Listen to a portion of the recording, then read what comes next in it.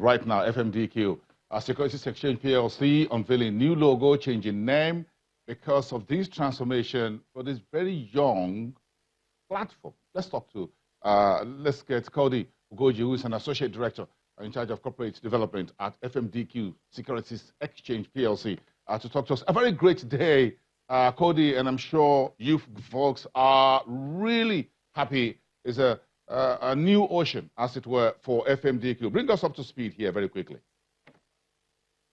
Good morning, Bosun, and indeed, we're quite happy today to be unveiling our new logo.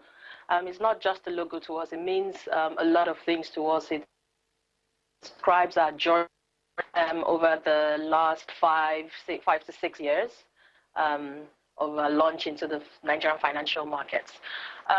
Basically, a lot of things have happened over the period.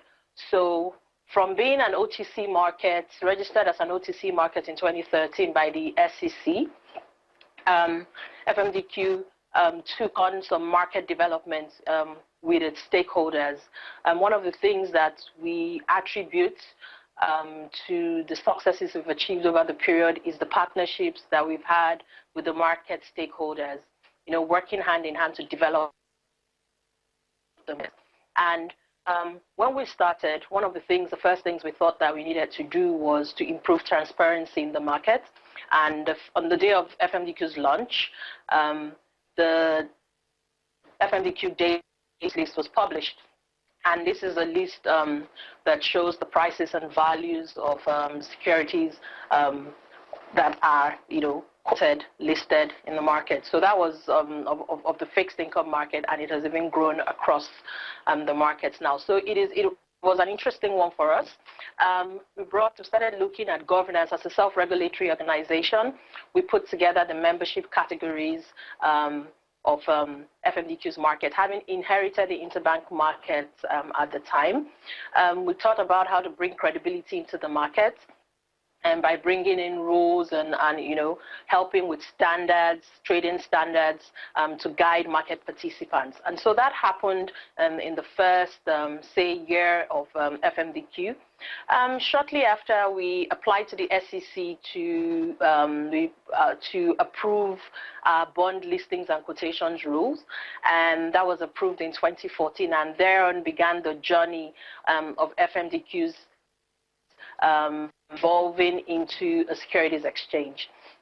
So we started listing on FMDQ. Yes, Bosun? Yes, it's very interesting. The last 5 years had been very loaded. I just want to put it that way for FMDQ. You folks make one development after the other almost on a daily basis. But this looks like a new ocean for FMDQ Securities Exchange. So being an integrated platform, what does it really mean moving forward? Okay. So the past 5 years has been FMDQ building an exchange. And in March 2019, we got the approval of the registration of the SEC to become a full-fledged securities exchange. If you remember, in 2018, we operationalized our clearinghouse, central clearinghouse, FMDQ, a wholly owned subsidiary of FMDQ. So whereas the exchange provides the platform for trading, execution of trades in the market, the clearinghouse came in to provide clearing services, which is the second part of the value chain. And then recently, our subsidiary, we incorporated another subsidiary, which is a depository, which covers the settlement bit of it. So in the securities market value chain, you will find execution of trades, then they go to clearing, then it gets settled. And so what this integrated financial market group means, financial market infrastructure group means, is that FMDQ now as a group consolidates the entire value chain of the securities market. So one-stop shop, basically, where you can trade, you can clear, and you can settle your transactions end to end.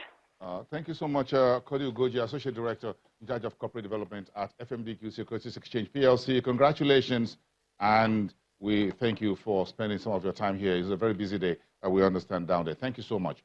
Let's move on to the global space, and it's not looking really good for the global markets. Overnight, the Chinese authorities decided to allow the currency, the yuan, to depreciate against the US dollar That sent the Asian stock markets on a tailspin. Of course, it's dinner time already in Asia, but in Europe, where the market is trading, there's a lot of bloodletting. The FTSE 100 losing close to 2% as we speak. The dollar index, what we call the DXY, also is taking a bit of a 0.5% beating. Gold is the only asset that looks like it's making some good show this morning, up nearly 1%. Crude oil is down, and Bitcoin is riding on the back of all that, going higher. Let me talk to Juliana Olayinka, who is watching the UK market for us. The pound sterling is taking its own beating, not just from the trade war rhetoric and retaliation from Beijing, but also from Brexit, where some folks are saying, well, the pound could touch 1.10 by October if there is no deal for Brexit, or if there is no orderly Brexit, but a disorderly one. Good morning, Julian. I hope you had a very great weekend. This is another Monday. We thought all this noise would be over by today, but it looks like it's not over yet.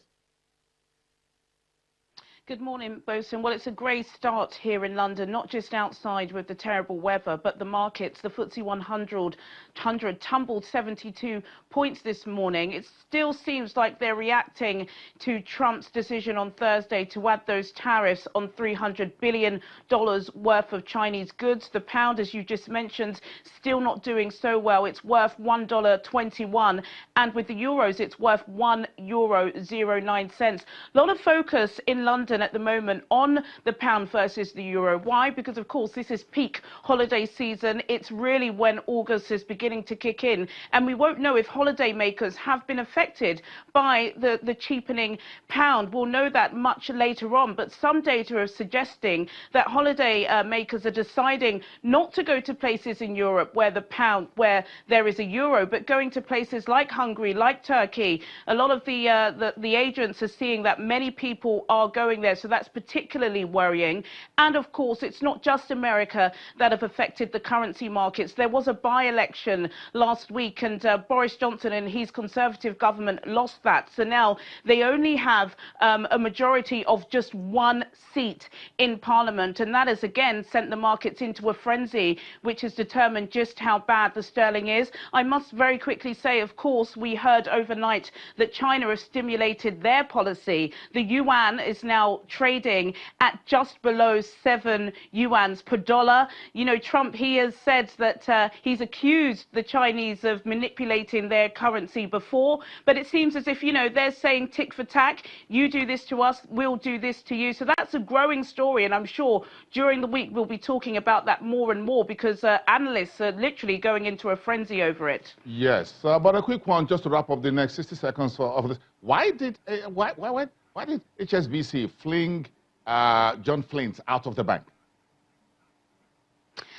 A lot of people were surprised. John Flint, he had given over 30 years worth of service to HSBC, 14 years of that time since he started in 1989. He was in Hong Kong. Of course, we know that the trade wars between China and US have really affected HSBC purely because Hong Kong and Asia is their biggest market. He has announced today that he'll be stepping down with immediate effect. Analysts are suggesting that perhaps there was a little bit of a slow pull, that he wasn't fully prepared to take over in a landscape of just world change. We've spoken about this several times, Bosun, that this year is particularly a hard year for geopolitical economists, and John Flint seemed to be put up in the buck of that, but we'll get more of the reasons why he'll be going later on today. But not surprising news, and it's not just John Flint. Apparently 2% of their 250,000 workforce will be given their papers to go later today. That's not good news under this weather in London. We wish everyone well. And Yusuf, a cup of coffee, African coffee to be more precise, Arabic coffee, or the one from Rwanda or East Africa. Then you keep warm, and then I hope everything will be fine. Let's hope everyone gets well. Thank you, Juliana, and we'll see you again tomorrow on Business Morning.